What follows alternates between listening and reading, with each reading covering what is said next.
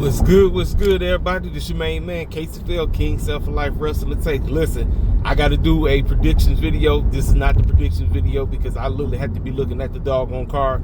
But I'm going to tell you what I liked from last night's Dynamite. I thought the main three storylines that are carrying Forbidden Door did work. Good to see Bryan Danielson back. That was great, especially with the rumors that's coming out about the E possibly trying to get both Chris Jericho and Bryan Danielson to return back to the E because they lacking the star and viewership, because I heard SmackDown has been doing bad and Raw is don't even get me started with that.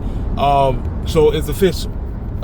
Peacock will no longer be showing WWE pay-per-views. The only thing Peacock will be for is Saturday Night Main Event. So you literally had to get started with the Disney Plus and ESPN Plus, whatever. It is. At this point, I don't give a dang because I done told y'all what I'm doing. So anyway, the opener, we opened up the show. Will Ospreay called out Mox.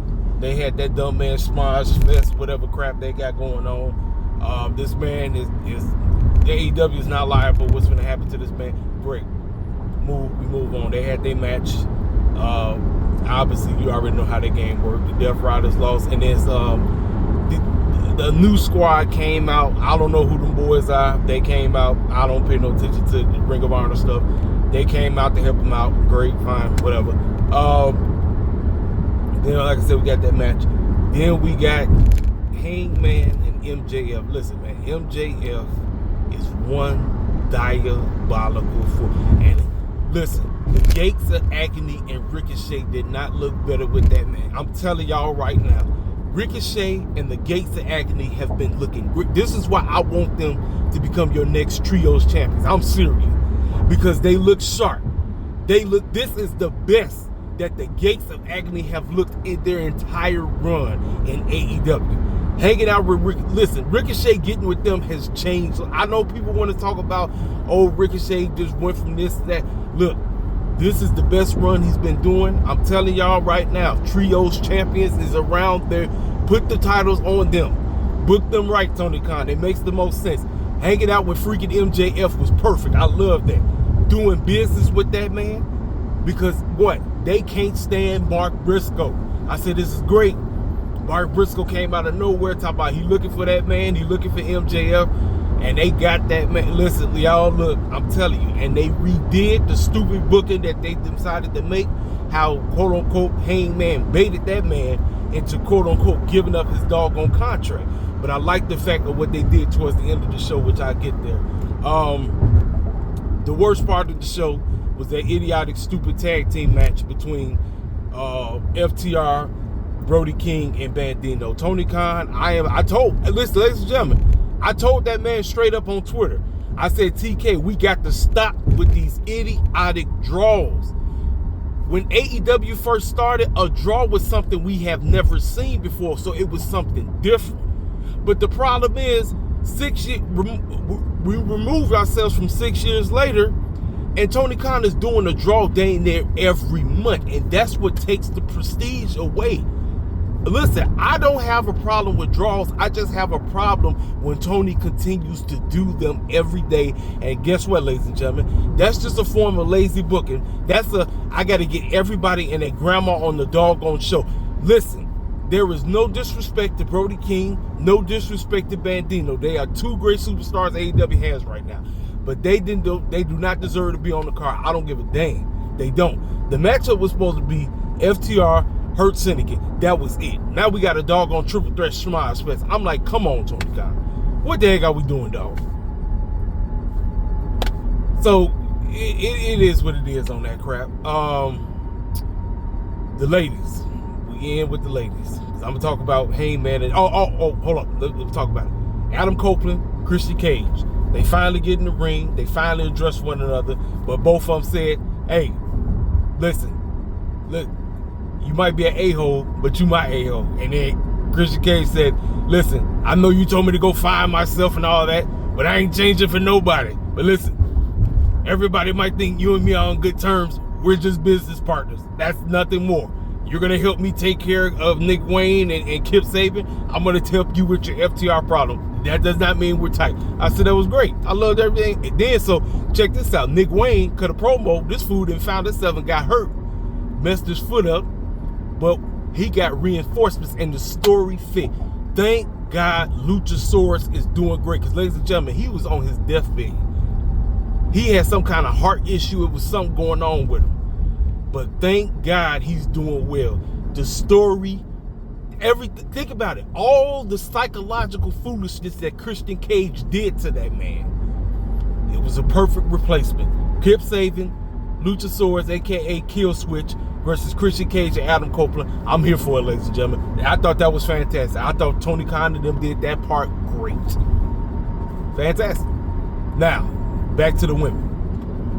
I wouldn't book that match. I would have not booked that.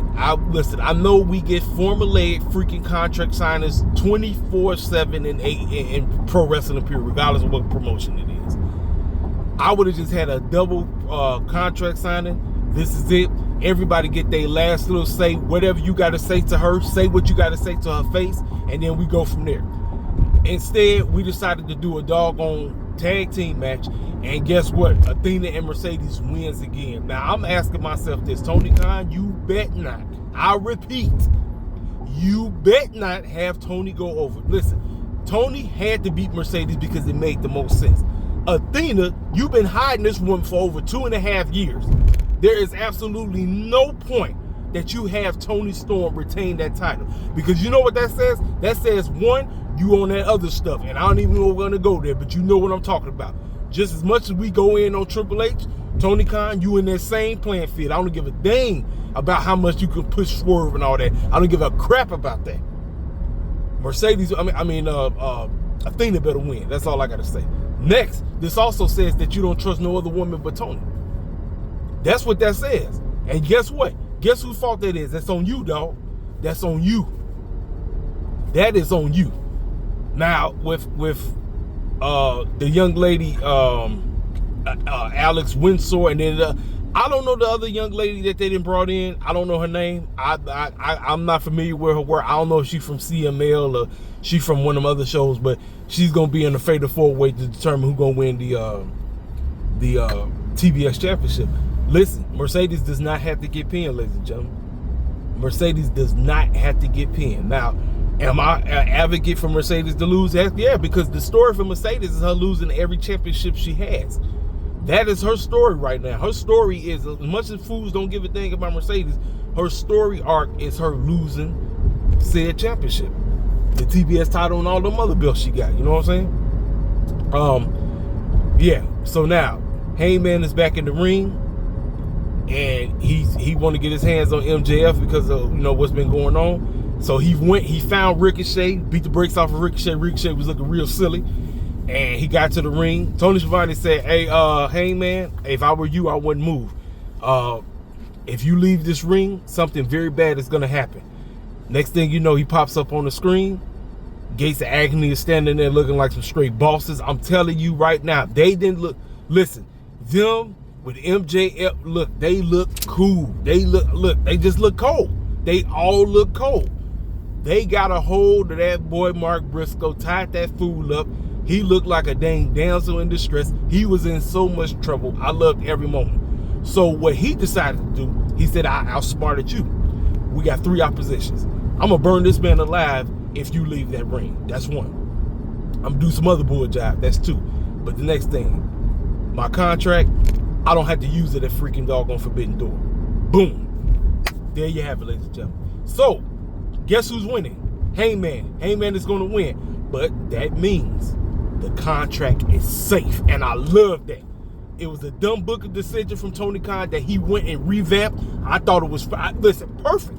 And I'm like, Tony, can we get everything else going? Everything else, I'm telling you, we on to something. I ain't got nothing else to say, ladies and gentlemen. I'll get back to y'all with my doggone predictions video. I'll holler at y'all cats later.